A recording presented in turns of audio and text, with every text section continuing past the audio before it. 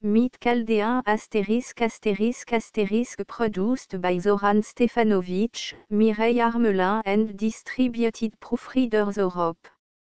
This file was produced from images generously made available by the Bibliothèque nationale de France, BNF/Gallica, http://gallica.bnf.fr. Revue archéologique publiée sous la direction de messieurs Alex Bertrand et G. Perrault, membres de l'Institut *** Mythe chaldéen par Léon Euzé 1895 Paris, Ernest Leroux éditeur, 28 rue Bonaparte. ***n.b. Tout ce qui est relatif à la rédaction doit être adressé à Monsieur Alexandre Bertrand, de l'Institut, au musée de Saint-Germain-en-Laye, Seine-et-Oise, ou à Monsieur G. Perrault, de l'Institut, rue d'Ulm, 45, à Paris. Les livres dont on désire qu'ils soient rendus compte devront être déposés au bureau de la revue, 28 rue Bonaparte, à Paris. L'administration et le bureau de la revue archéologique sont à la librairie Ernest Leroux, 28 rue Bonaparte, Paris. Conditions de l'abonnement: la revue archéologique paraît par fascicule mensuel de 64 à 80 pages grand in 8, qui forment à la fin de l'année 2 volumes ornés de 24 planches et de nombreuses gravures intercalées dans le texte. Prix, pour Paris. 1 AN. 30 fr. Un numéro mensuel. 3 fr. Pour les départements. 1 AN. 32 fr. Pour l'étranger. 1 AN. 33 fr. On s'abonne également chez tous les libraires des départements et de l'étranger. Mythe chaldéen. Parmi les dieux chaldéens, représentés en grand nombre sur les cylindres, la plupart restent encore pour nous indéterminés. C'est que l'art de l'ancienne Chaldée n'est pas parvenu à les douer d'une personnalité assez forte. S'il les distingue les uns des autres, ce n'est en effet ni par l'originalité du type physique ni même d'ordinaire par les particularités du costume, mais seulement par quelques attributs, souvent incertains et difficiles à connaître. 3 ou 4 figures divines tout au plus se détachent de la masse confuse, grâce à un symbolisme plus hardi, qui leur donne un aspect fantastique et qui est de nature à frapper vivement l'imagination. De ce nombre est un dieu caractérisé par 2 gerbes de flammes ondoyantes, qui lui sortent du dos et des épaules et lui font comme des ailes de feu. L'étrange décor, au milieu duquel il se montre d'habitude, est bien fait aussi pour exciter notre curiosité. Le dieu, visible jusqu'aux genoux ou seulement jusqu'à la taille, apparaît derrière une montagne dont le sommet se termine parfois en double pyramide. Au premier plan, en avant de cette scène, qui semble avoir l'horizon pour théâtre, 2 autres personnages ouvrent les battants d'une grande porte et servent, à l'occasion, d'introducteurs aux dévots qui se présentent avec des offrandes. Quelques interprètes en ont conclu qu'il s'agissait simplement d'un temple du dieu et des portiers qui en surveillaient l'entrée. D'autres, au contraire, sont allés chercher beaucoup trop loin des explications peu vraisemblables. Telle est surtout la singulière hypothèse qui, sous l'empire des préoccupations bibliques, voit dans ces monticules et dans la porte qui les précède une allusion à la tour de Babel, sur les ruines de laquelle se dresserait un dieu vengeur. L'opinion plus diserte, qui a songé aux 7 portes infernales, mentionnées dans la célèbre légende d'Istar, n'est pas au fond plus acceptable, car il est impossible de faire du dieu aux ailes de flamme une divinité souterraine et, comme il a été dit, le sinistre gardien du séjour d'où l'on ne revient pas d'eux. Note 1, G. Smith, Chaldaan Account of Genesis, p. 158. Note 2, Menant, Cylindre de la Chaldée, p. 125. Je crois avoir établi dès 1884, dans les observations qui accompagnent mon mémoire sur la stèle des vautours, le véritable sens de la représentation, en lui attribuant un caractère tout sidéral. 3. Le dieu flamboyant qui paraît derrière les montagnes ne peut être qu'un astre, le soleil évidemment, l'astre brûlant par excellence. 4. Les portes qui s'ouvrent devant lui sont les portes du ciel. 5. C'est là une image chère à toutes les mythologies primitives, en Grèce comme en Chaldée.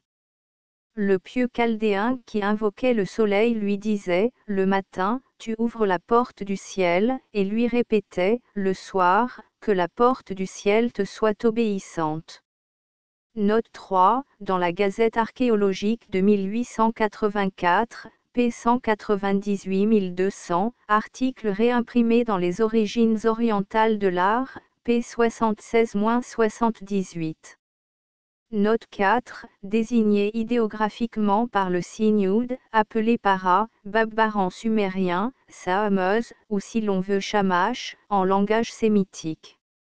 Note 5, en sumérien Gigalanagé, voir les hymnes au soleil levant et au soleil couchant, depuis longtemps traduit, le premier par F. Lenormand, La magie chez les Chaldéens, p. 165 à 166, le second par Aubertin dans la revue d'Assyriologie, volume 4, p. 157-161. Quant aux gardiens de ces portes, coiffés ordinairement du bonnet à double corne, ce sont des divinités secondaires attachées au dieu principal, des génies du soir et du matin, de l'Orient et de l'Occident, analogues aux heures grecques, malgré la différence des sexes, ou bien encore aux dioscures. Ces idées sont d'ailleurs si simples, elles répondent si bien au sujet et viennent si naturellement à l'esprit que je ne saurais m'étonner de les voir aujourd'hui adoptées de différents côtés, comme l'explication courante de la curieuse représentation gravée sur les cylindres 6. Note 6, Maspero, Histoire ancienne des peuples d'Orient, I. p. 655 à 658, W. Hayward, Cylinders, Catalogue des cylindres du Musée métropolitain de New York, p. 13 et suivant, 18 et suivant. Nous trouvons là juxtaposées, plutôt que combinées, deux conceptions de l'imagination populaire, qui sont d'ordre différent. L'image des portes du ciel est d'essence poétique, c'est purement une allégorie, une métaphore réalisée par le dessin. L'autre scène au contraire, tout en donnant au soleil la forme humaine, divinisée par des attributs, le fait agir et se mouvoir dans le cadre réel de l'horizon et des montagnes, nous sommes devant un véritable paysage, résumé en quelques traits, et le Dieu reste en contact avec la nature. L'incohérence qui résulte d'un pareil doublement d'image est loin du reste de répugner à la poésie primitive, l'impression d'ensemble en devient plus fantastique, et ses portes, ouvertes sur le monde, prennent les proportions de l'infini.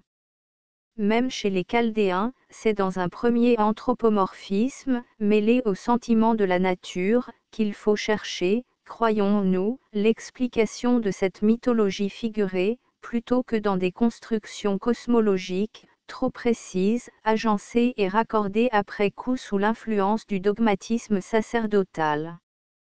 Comme exemple de ces représentations, nous reproduisons d'abord un cylindre déjà plusieurs fois publié 7, qui donne la mise en scène telle qu'elle est le plus souvent disposée, figé 1. Note 7, à de longues Perrier, Notice des Antiquités assyriennes, numéro 540, menant, cylindre de la Chaldée, p. 123, figé 71, Maspero, Hist-ANC des peuples d'Orient, p. 656. À première vue, on pourrait douter si le soleil s'élève ou descend derrière les montagnes. La question est résolue par certaines variantes, où le dieu semble se hausser, en s'appuyant des deux mains sur la double cime 8. Ici même son bras gauche, replié avec effort, conserve quelque chose de la précédente attitude, comme pour rendre sensible aux yeux le mouvement ascensionnel de la figure. Le soleil à son lever avait, dans la superstition orientale, une puissance particulièrement bienfaisante. C'était l'heure où il chassait les démons de la nuit et dissipait leurs maléfices. Il ne faut pas oublier que les cylindres, tout en servant de cachet, étaient aussi des talismans. Les images qu'il imprimait sur l'argile avaient une influence protectrice, une valeur de bon augure. On s'explique ainsi que la représentation du soleil levant y soit figurée de préférence. Note 8, menant, cylindre de la Chaldée, P122, FIG 69, CFPL 3, FIG 3. Illustration, Figue 1. Le dieu, à ce moment de son apparition, est toujours vêtu d'une longue robe, et il élève souvent de la main droite un attribut dont la forme et la nature sont ici nettement caractérisées. Ce n'est ni une arme ni précisément un rameau, mais bien une palme neuve. Faut-il déjà, dans le symbolisme chaldéen, en faire l'emblème classique de la victoire, exprimant le triomphe de la lumière sur les ténèbres? Il serait peut-être plus simple d'y reconnaître, à l'origine, l'attribut naturel du Dieu qui protège les palmiers et qui en mûrit les fruits. Du reste, les deux interprétations ne s'excluent pas nécessairement, et le geste a, sans contredit, quelque chose de triomphal. Note 9, sur les cylindres de petite dimension, cette palme a été facilement prise pour une arme, pour une sorte de coutelas, CFFIG 2 et 6, c'est là une méprise qu'il faut rectifier. Ce que je voudrais surtout montrer, c'est que ce premier acte du drame solaire n'est pas le seul qui soit figuré dans l'iconographie chaldéenne. Il y a là une action qui se poursuit et qui fait naître en se développant d'autres péripéties non moins expressives, qui mettent en scène de nouveaux acteurs. Le fait est démontré par quelques cylindres de la collection du Louvre, dont plusieurs sont d'acquisition récente. Un point plus avancé de la marche du Dieu est marqué par les représentations qui le font voir tout entier de profil, posant le pied sur la montagne ou sur l'un de ses sommets, quand elle est double. C'est la barrière de l'horizon définitivement franchie par le soleil, qui s'apprête à bondir au-delà. Dans cette attitude, la figure, encore vêtue de son riche costume, tient toujours, avec un grand geste, la palme élevée devant elle. Un des cylindres du Louvre reproduit la scène avec plus de détails qu'à l'ordinaire, FIG 2. La porte du ciel a ses battants surmontés de deux lions, entre les lieutenants du Dieu, qui la tiennent grande ouverte, un adorateur s'approche timidement et présente un chevreau 10. Note 10, variante plus simple sur un autre cylindre du Louvre, CF Col. De Clercq, numéro 85 et Menant, numéro 68 et 72. Illustration, Figue 8. Infiniment plus rares sont les représentations où le dieu soleil s'empare d'une montagne, sans doute distincte de la précédente, non plus par simple escalade, mais en livrant bataille à un premier occupant, Dieu comme lui. Le cylindre, dont nous reproduisons l'empreinte, donne un exemple remarquable et tout à fait dramatique de ce nouvel acte de la légende. Ici la porte du ciel n'est plus figurée, nous sommes à une autre étape dans la marche diurne de l'astre. Les deux acolytes divins, qui tout à l'heure jouaient le rôle de portier, n'ont pas cependant abandonné leur chef, ils le suivent maintenant et font partie de son escorte guerrière, portant ses armes sacrées, une masse d'armes de rechange et le bâton coudé qui lançait revient à la main. Le dieu lui-même se montre dans un redoutable appareil de combat. Complètement nu, la taille seule sanglée d'une étroite ceinture, tout environnée de flammes, qui lui sortent même des jambes, il aborde de près son adversaire et le menace de sa masse d'armes. Après lui, pour lui prêter main forte, vient encore un terrible personnage, qui n'est caractérisé par aucune arme ni par aucun attribut, si ce n'est qu'il brûle les flamboies de la tête aux pieds, c'est l'incendie qui marche. Il ne faut pas hésiter, croyons-nous, à y reconnaître le démon du feu ou mieux le feu en personne 11, plus d'une fois célébré dans les hymnes de l'ancienne Chaldée. Note 11, Issou-Gibil, voir particulièrement les fragments d'hymnes déjà rassemblés par F. Lenormand, La magie chez les Chaldéens, p. 169-173. Illustration, Figue 3. Quant au Dieu menacé d'être brûlé vif, rien n'est plus curieux ni plus naïvement expressif que son attitude. Assis sur la montagne, dont il était jusque-là le paisible possesseur, nu comme son ennemi et n'ayant aussi qu'un lien autour de la taille, il est de plus tout à fait désarmé contre cette irruption soudaine. Aussi se contente-t-il d'écarter ses mains ouvertes et abaissées dans un geste d'impuissante protestation. Il semble cependant qu'il n'ait pas cédé la place sans résistance, c'est ce qu'indiquent plusieurs cylindres de plus petite dimension 12, dont le Louvre possède un bon exemplaire.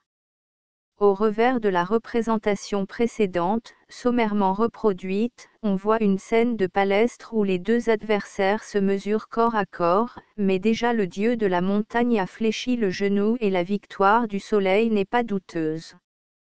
Dans plusieurs variantes curieuses de la collection de Clercq, l'agresseur saisit son ennemi par sa longue barbe, souvent encore il tient sa masse d'armes et ne l'abandonne que vers la fin de la lutte 13.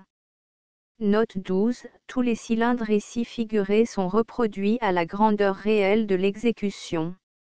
Note 13. Catalogue de la collection de Clercq, PL 19, numéro 176, 180 et surtout 181, CF 178. La présence des ailes de feu est significative et devrait bien faire abandonner une fois pour toutes l'ancienne explication des sacrifices humains par de prétendus pontifes. Illustration, Figue 4. Avant d'étudier la signification, d'ailleurs assez transparente, de cette lutte épique, je voudrais faire connaître un cylindre du Louvre, qui donne une disposition un peu différente de la scène d'agression.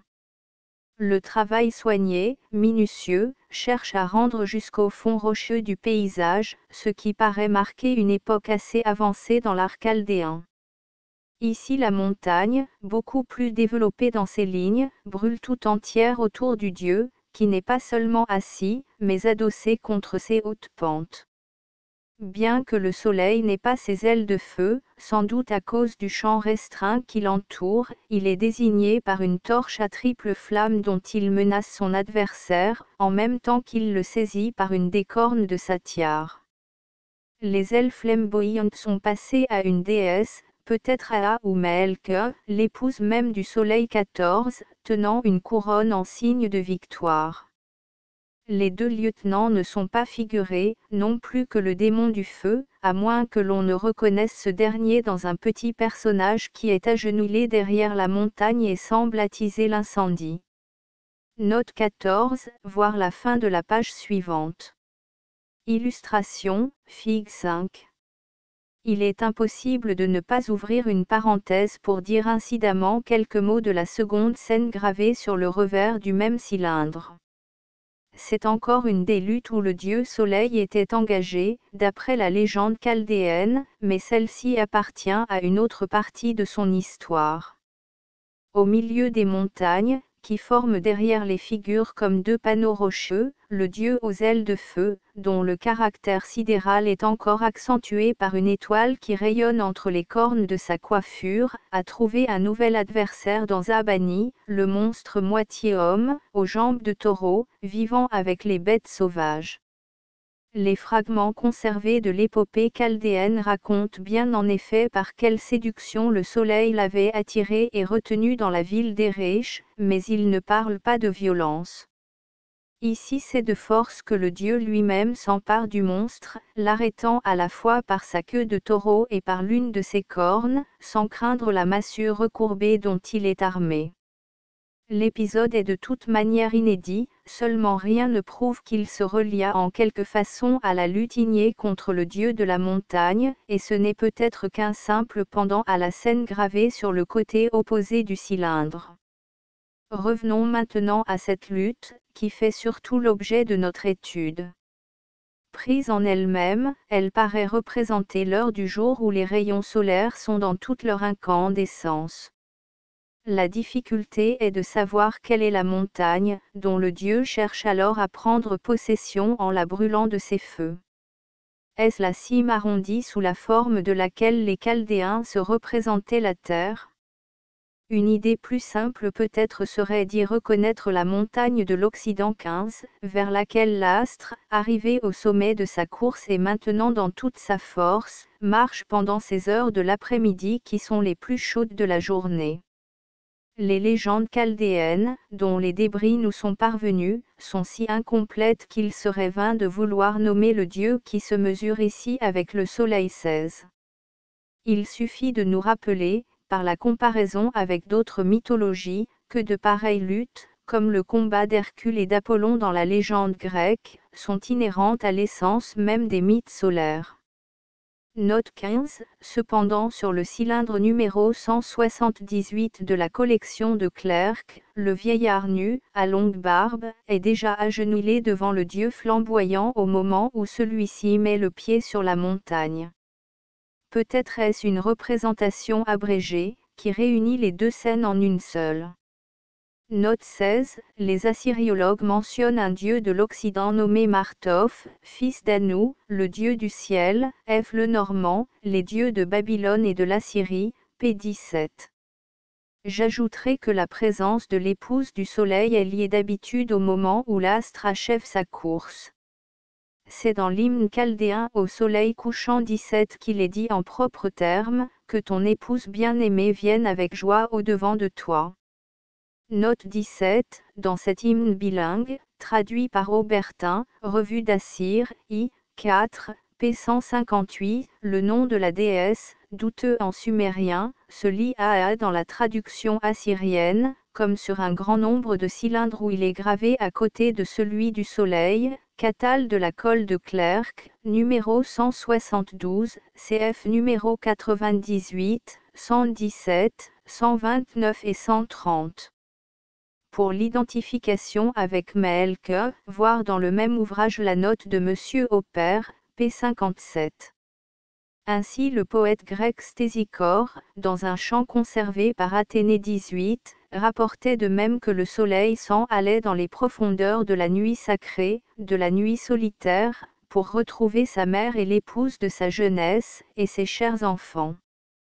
Note 18, Athénée, I. p. 469, e. Les points de contact entre les légendes grecques et celles de la Chaldée sont maintenant si bien établis qu'il y a peut-être là quelque chose de plus qu'une coïncidence, d'ailleurs assez naturelle. Illustration, Fig 6. Ce qui me confirme dans l'idée d'un assaut livré à la montagne de l'Occident, c'est un autre cylindre qui représente le combat terminé et le dieu aux ailes de flamme se reposant après sa victoire. Assis à son tour sur la montagne qu'il vient de conquérir, il tient encore en main la masse d'armes. Dans le champ, des deux côtés de la figure, sont suspendues une autre masse d'armes et une aiguière ou un vase à verser, double symbole du repos après la lutte. Ajoutez que les portes du ciel sont ici de nouveau représentées avec leurs gardiens habituels. Telle est bien l'impression que produisent sur l'imagination populaire les splendeurs du soleil, quand il approche de son coucher.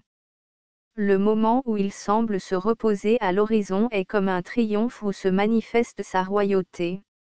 Les Grecs modernes, pour exprimer le fait que le soleil se couche, disent d'un seul mot qu'il règne, 19, expression superbe qu'il ne semble pas devoir à l'Antiquité classique. La représentation gravée sur notre cylindre éveille une idée toute semblable. Note 19, le mot grec correspondant, donné dans le texte de l'auteur, n'a pu être reproduit ici. Illustration, Fig 7. Avec les scènes successives qui viennent d'être décrites, nous aurions toute l'évolution diurne de l'astre.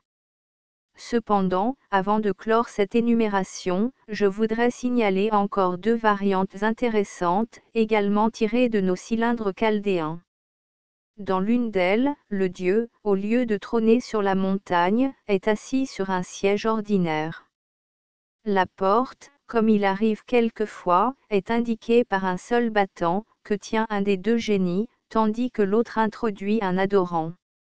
On remarquera ce curieux détail que le présentateur déploie et agite une grande draperie, sorte de voile ou de rideau, qui pouvait bien être l'offrande faite aux dieux, mais l'idée qui s'y attachait était évidemment de masquer, d'atténuer pour les yeux mortels le dangereux rayonnement de la face solaire. La représentation suivante, affigée, émoticône n'en croyant pas ses yeux, rappelle de très près celle par où nous avons commencé, l'image du dieu paraissant à demi derrière la montagne, mais elle est d'un style particulier et elle offre des détails qui ne sont pas ordinaires. Illustration, figue 8. On remarquera surtout que les 6 lignes ondulées figurant les ailes de flamme se terminent par autant d'étoiles. Si, contrairement à l'opinion opposée plus haut, la scène pouvait se rapporter, dans certains cas, au soleil descendant derrière l'horizon, aucune variante ne s'y prêterait mieux que celle-ci. Comme dans un exemple précédent, les battants de la porte sont surmontés de 2 lions. Les 2 gardiens n'ont pas cette fois la coiffure munie de cornes, en revanche, ils sont armés de bâtons recourbés. Ces armes ne leur sont point inutiles, car ils ont à contenir un horrible démon, au pied d'aigle, à la tête décharnée, assez semblable à celui qui figure le vent du sud-ouest dans plusieurs représentations connues. Des traits presque effacés semblent indiquer des ailes et même quelques flammes qui entourent le monstre. Ne serait-ce, sous une forme plus accentuée, que le démon du feu. Je préférerais y reconnaître un de ces esprits mauvais que la montée du jour met en fuite et qui recommence à rôder sur la terre à l'approche du soir. Si réellement il y a des flammes autour de lui, on peut supposer qu'il paie ainsi sa témérité à braver les feux du soleil. À côté des compositions précédentes, qui apportent un développement notable à l'iconographie des mythes solaires dans l'ancienne Chaldée, je ne résiste pas au désir de faire connaître, pour terminer, un remarquable cylindre qui n'appartient plus à la même série et dont les figures nous conduisent dans un domaine mythologique différent. L'idée de représenter les dieux sur des animaux réels ou imaginaires est une des formes les plus originales du symbolisme chaldéo-assyrien. Cependant les groupes de ce genre, assez fréquents à l'époque assyrienne et aussi chez les populations de l'Asie mineure, sont tout à fait rares sur les monuments de la haute antiquité chaldéenne. En voici pourtant un exemple, d'autant plus intéressant que le procédé n'est pas encore devenu banal et commun à toutes les divinités. Illustration, figue 9. Du même pas s'avancent l'un derrière l'autre 2 monstres exactement pareils, que l'on pourrait, par anticipation, appeler apocalyptiques. Lions par le corps, par leurs membres antérieurs et par leur tête abaissée, dont les terribles mâchoires, ouvertes en cisailles, vomissent des torrents d'eau ou de feu, ils sont aigles par leurs puissantes ailes étendues, par les serres de leurs pattes postérieures et par leur queue de plumes en éventail. C'est en somme une des formes que la démonologie chaldéo-assyrienne prête le plus souvent aux puissances distractives, aux esprits du mal. Seulement l'art chaldéen y ajoute une grandeur étrange, surtout par la petitesse relative des figures divines que ces monstres portent à travers l'espace, non pas simplement, comme plus tard, posés sur leur dos, mais dressés en avant sur le garrot de la bête, vers la naissance des ailes déployées, qui semblent les soulever. Sur le premier vient un dieu qui tient dans sa main droite l'arme coudée des rois chaldéens 20 et lève le bras gauche d'un geste menaçant, comme s'il poussait un cri de guerre. La petite figure qui suit sur l'autre monstre est plus difficile à déterminer, à cause de son exiguïté même, pourtant les formes générales et la robe serrée aux jambes 21 sont bien d'une femme 22, de ses mains étendues elle tient 2 traits brisés, qui font penser à des éclairs.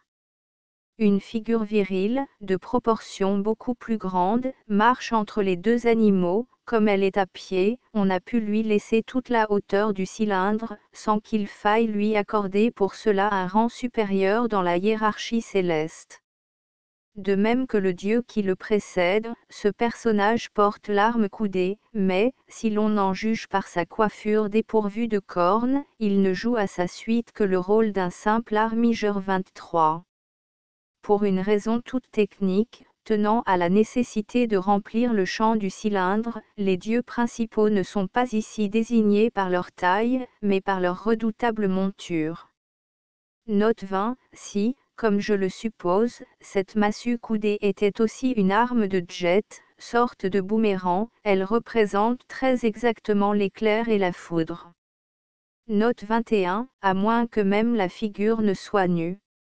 Note 22, cette réserve est motivée par l'empattement du menton et du cou, d'où il résulte une certaine indécision sur le sexe de la figure. Note 23, le même sujet, rudement ébauché à la pointe, se trouve déjà sur un cylindre du Louvre, de travail plus archaïque. L'acolyte y prend la forme d'un génie à 4 ailes. De pareilles images appartiennent évidemment au cycle des divinités qui personnifiaient les troubles de l'atmosphère, comme Bin, ou mieux Raman, le dieu des tempêtes, avec sa compagne, la déesse Sala, et les autres êtres mythologiques qui forment leur cortège 24. Les monstres qui les portent figurent les ouragans, les soufflets orageux, qui se confondent, dans les incantations chaldéennes, avec toute une classe de démons malfaisants. Note 24, F. Lenormand, Les dieux de Babylone, p. 18, 16, Religion of the Ancient Babylonians, p. 202 suivant, Maspero, East ANC des peuples d'Orient, p. 661 à 663. Pour la déesse Sala, voir surtout les cylindres qui portent la légende, Raman et Sala. De Clercq, catalogue numéro 24, CF 204. Par cet exemple, comparé à ceux que nous avons empruntés aux représentations solaires, on peut juger avec quelle puissance tragique et quelle fantaisie grandiose l'imagination des artistes chaldéens avait su dramatiser la marche des phénomènes célestes et l'éternel combat des forces de la nature. Léon Eusey, fin des mythes chaldéens ********* End of Project Gutenberg S. Mythes chaldéens, by Léon Eusey, 1831 à 1922. End of the Project Gutenberg e-book Mythes chaldéens updated editions will replace the previous one, the all editions will be renamed. Creating the works from print editions not protected by US copyright law means that no one owns the United States copyright in these works, so the Foundation, and you, can copy and distribute it in the United States without permission and without paying copyright royalty. Special rule, set forth in the general terms of use part of this license, apply to copying and distributing Project Gutenberg symbol marque commercial electronic works to protect the Project Gutenberg symbol marque commercial concept and trademark. Project Gutenberg is a registered trademark, and may not be used if you charge for an e-book, except by following the terms of the trademark license, including paying royalty for use of the Project Gutenberg trademark. If you do not charge anything for copy of this e-book, complying with the trademark license is very easy. You may use this e-book for nearly any purpose such as creation of derivative works, report, performance and research. Project Gutenberg e-books may be modified and printed and given away. You may do practically anything in the United States with e-books not protected by US copyright law. Redistribution is subject to the trademark license, especially commercial redistribution. Start, full license. The full Project Gutenberg license. Please read this before you distribute or use this work to protect the Project Gutenberg symbol marque commercial. Mission of promoting the free distribution of electronic works, by using or distributing this work, or any other work associated in any way with the phrase Project Gutenberg. You agree to comply with all the terms of the full Project Gutenberg symbol marque commercial license available with this file or online at www.gutenberg.org/licence. Section 1. General Terms of Use and Redistributing Project Gutenberg Symbol Marque Commerciale Electronic Works 1.a by reading or using any part of this project Gutenberg Symbol Marque Commerciale Electronic Work, you indicate that you have read, understand, agree to and accept all the terms of this license and intellectual property, trademark / copyright, agreement. If you do not agree to abide by all the terms of this agreement, you must cease using and return or destroy all copy of Project Gutenberg Symbol Marque Commerciale Electronic Works in your possession. If you paid a fee for obtaining a copy of or access to a Project Gutenberg Symbol Marque Commerciale Electronic Work and you do not agree to be bound by the terms of this agreement, you may obtain a refund from the person or entity to whom you paid the fee as set forth in paragraph 1.e.8. 1.b Project Gutenberg is a registered trademark. It may only be used on or associated in any way with an electronic work by people who agree to be bound by the terms of this agreement.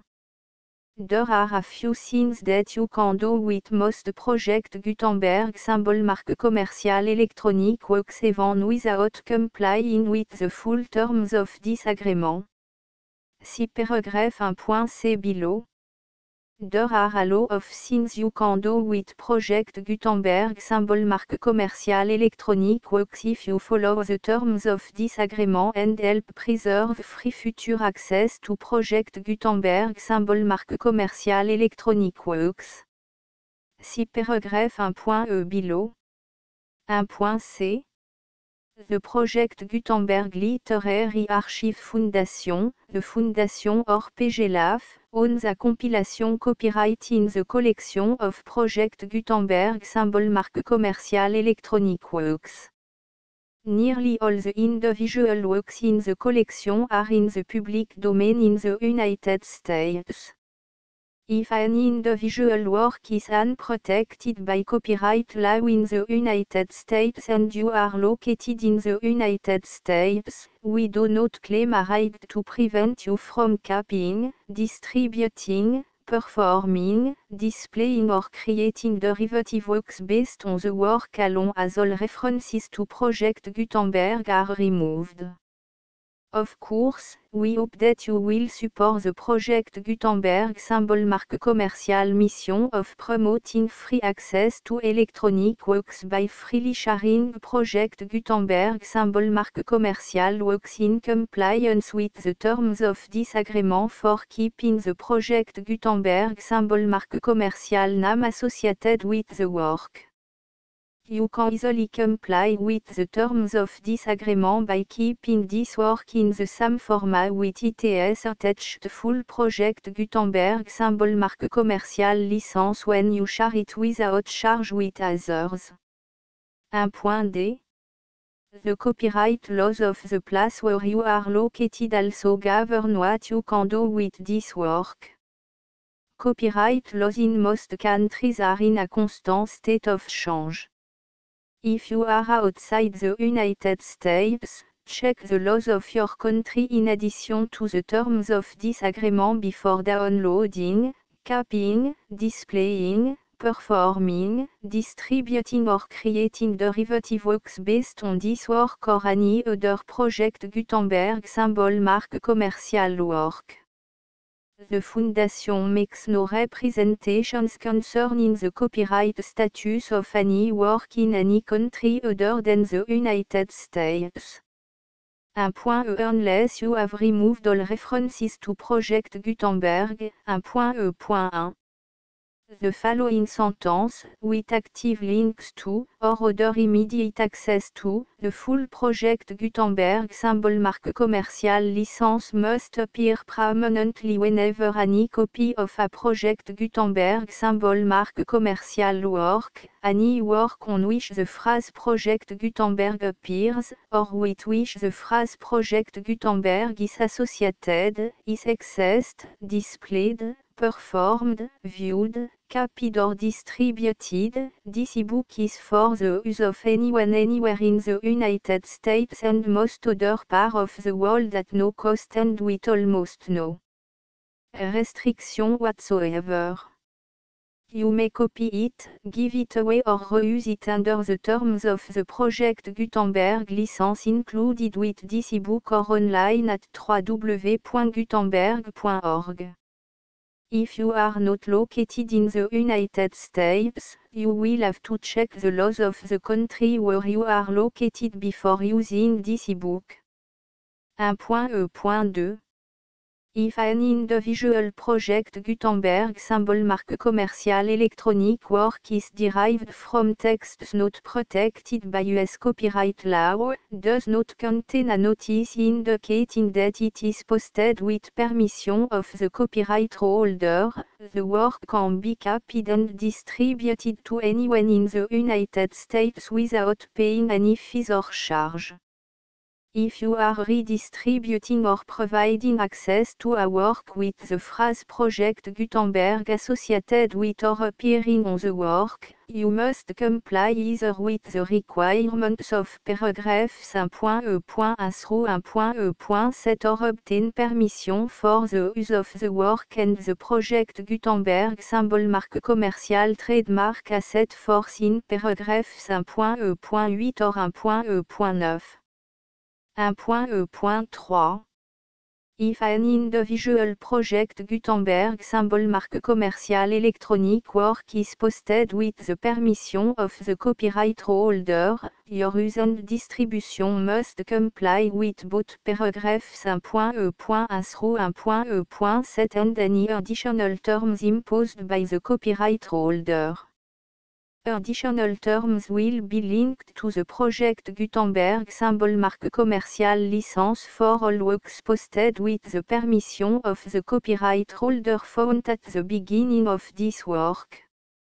1.E.4 Do not unlink or detach or remove the full Project Gutenberg symbol marque commercial license terms from this work, or any file containing a part of this work or any other work associated with Project Gutenberg symbol marque commercial.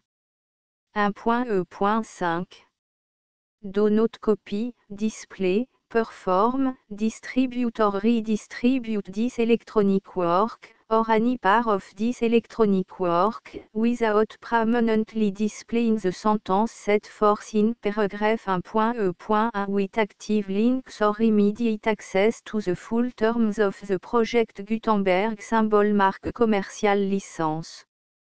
1.E.6 You may convert to and distribute this work in any binary, compressed, marked up, non-proprietary or proprietary form, including any word processing or hypertext form.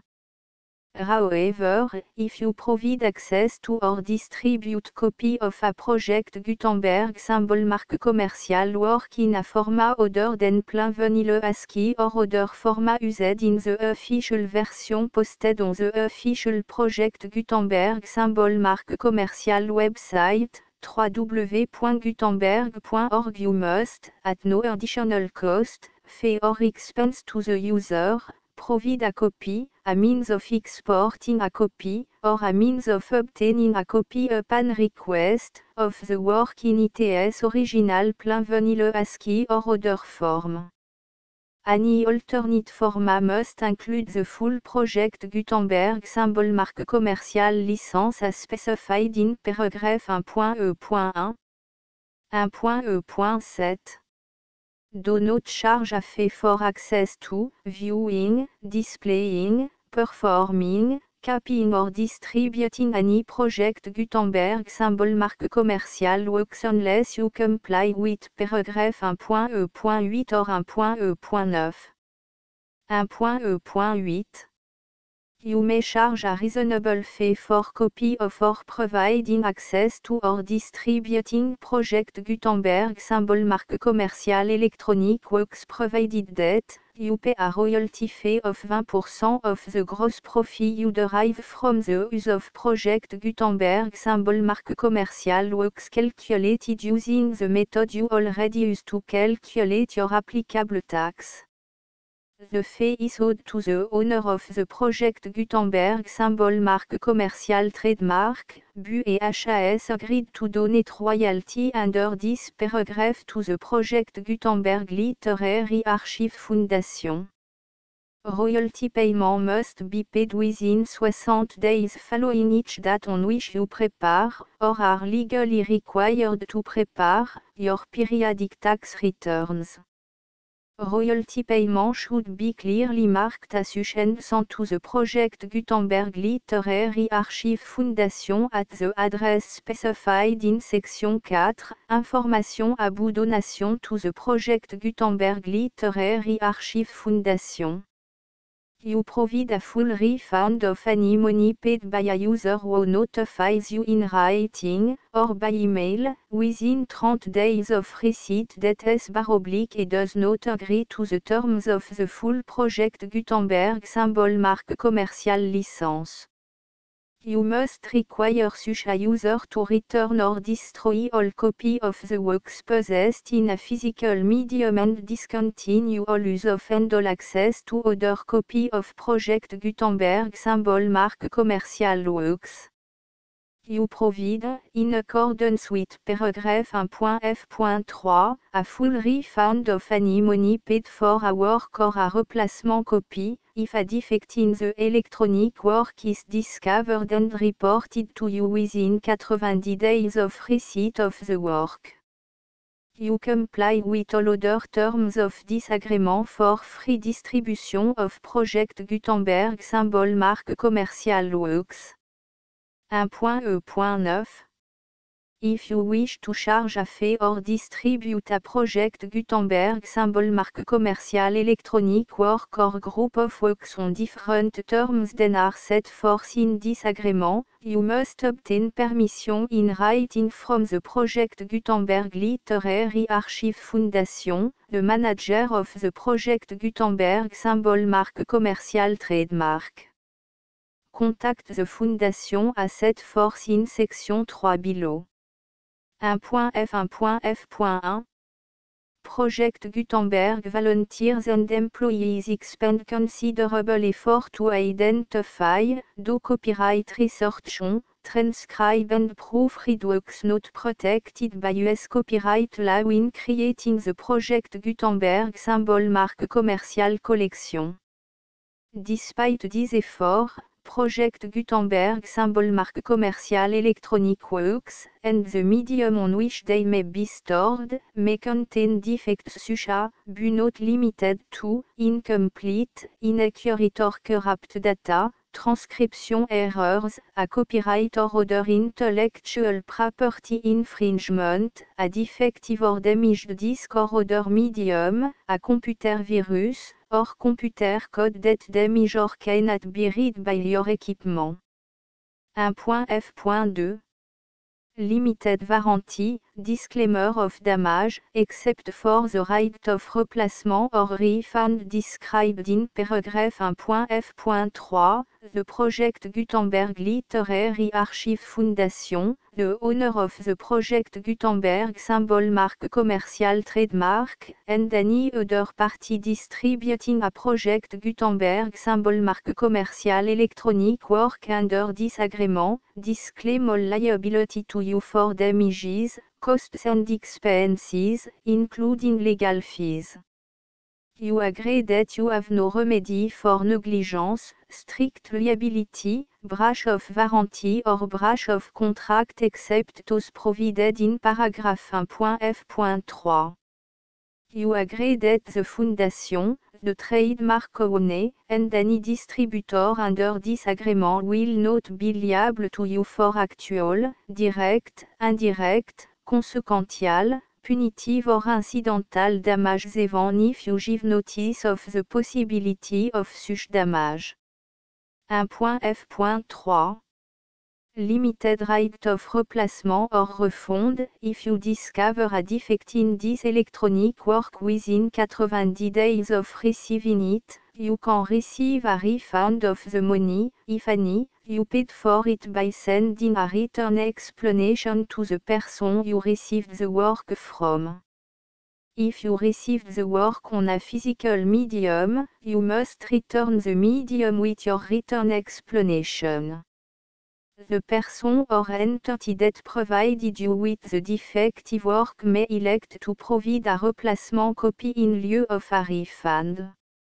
If you received the work electronically, the person or entity providing it to you may choose to give you a second opportunity to receive the work electronically in lieu of a refund.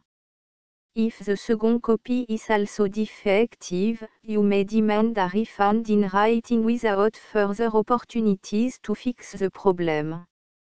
1.f.4 Except for the limited right of replacement or refund set forth in paragraph 1.f.3, this work is provided to you as, with no other warranties of any kind, express or imply, including but not limited to warranties of merchantability or fitness for any purpose. 1.f.5 Some states do not allow disclaimers of certain implied warranties or the exclusion or limitation of certain type of damages. If any disclaimer or limitation set forth in this agreement violates the law of the state applicable to this agreement, the agreement shall be interpreted to make the maximum disclaimer or limitation permitted by the applicable state law.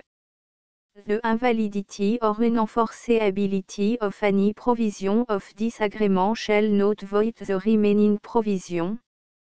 1.f.6 Indemnity, you agree to indemnify and hold the foundation, the trademark owner, any agent or employee of the foundation, anyone providing copy of Project Gutenberg symbol marque commercial electronic works in accordance with this agreement, and any volunteers associated with the production, promotion and distribution of Project Gutenberg symbol marque commercial electronic works, harmless from all liability, costs and expenses, including legal fees, that arise directly or indirectly from any of the following which you do or cause to occur.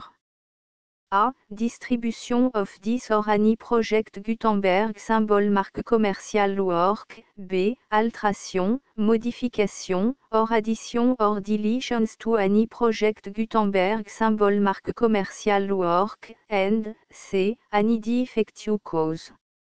Section 2. Information about the mission of Project Gutenberg symbol marque commercial. Project Gutenberg symbol marque commercial is synonymous with the free distribution of electronic works in format readable by the widest variety of computer including obsolete, old, middle-aged and new computer. It exists because of the effort of hundreds of volunteers and donations from people in all walks of life. Volunteers and financial support to provide volunteers with the assistance they need are critical to reaching Project Gutenberg symbol marque commercial's goals and ensuring that the Project Gutenberg symbol marque commercial collection will remain freely available for generations to come. In 2001, the Project Gutenberg Literary Archive Foundation was created to provide a secure and permanent future for Project Gutenberg symbol marque commercial and future generations. To learn more about the Project Gutenberg Literary Archive Foundation and how your efforts and donations can help, see section 3 and 4 and the Foundation information page at www.gutenberg.org. Section 3. Information about the Project Gutenberg Literary Archive Foundation. The Project Gutenberg Literary Archive Foundation is a non-profit 501 3. Educational corporation organized under the laws of the state of Mississippi and granted tax-exempt status by the Internal Revenue Service.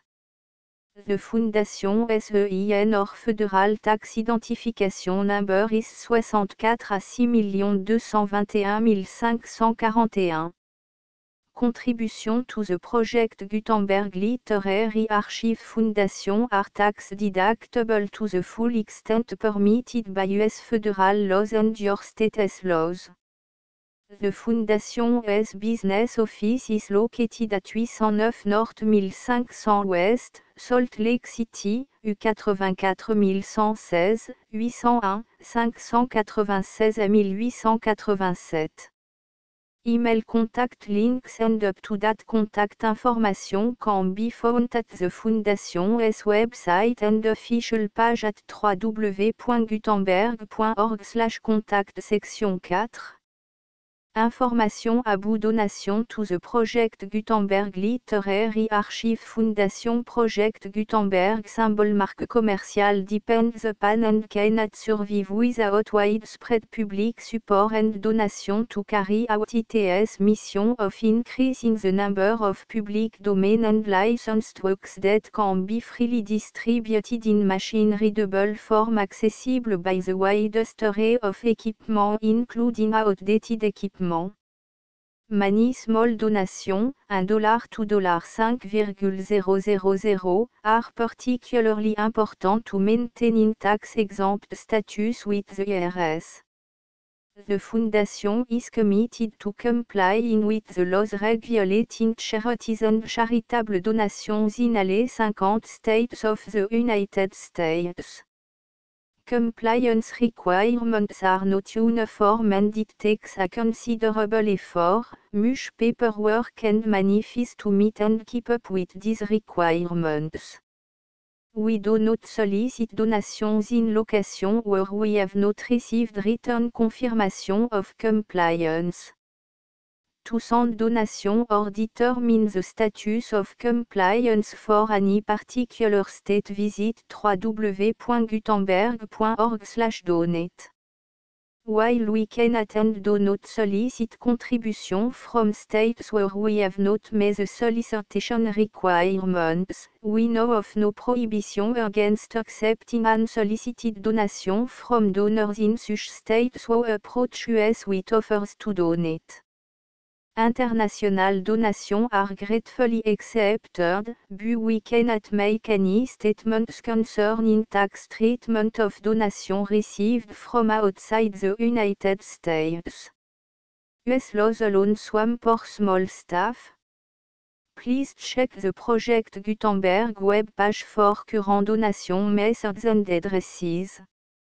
Donations are accepted in a number of other ways including checks, online payments and credit card donations. To donate, please visit www.gutenberg.org/donate. Section 5. Général information about Project Gutenberg symbol marque commerciale Electronic Works. Professor Michael S.R. was the originator of the Project Gutenberg symbol marque commerciale concept of a library of electronic works that could be freely shared with anyone. For 40 years, he produced and distributed Project Gutenberg symbol marque commerciale ebooks with only a loose network of volunteer support.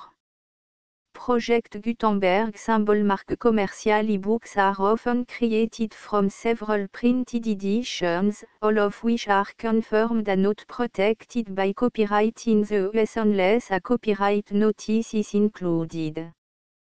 Thus, we do not necessarily keep ebooks in compliance with any particular paper edition. Most people start at our website which has the main page search facility, www.gutenberg.org.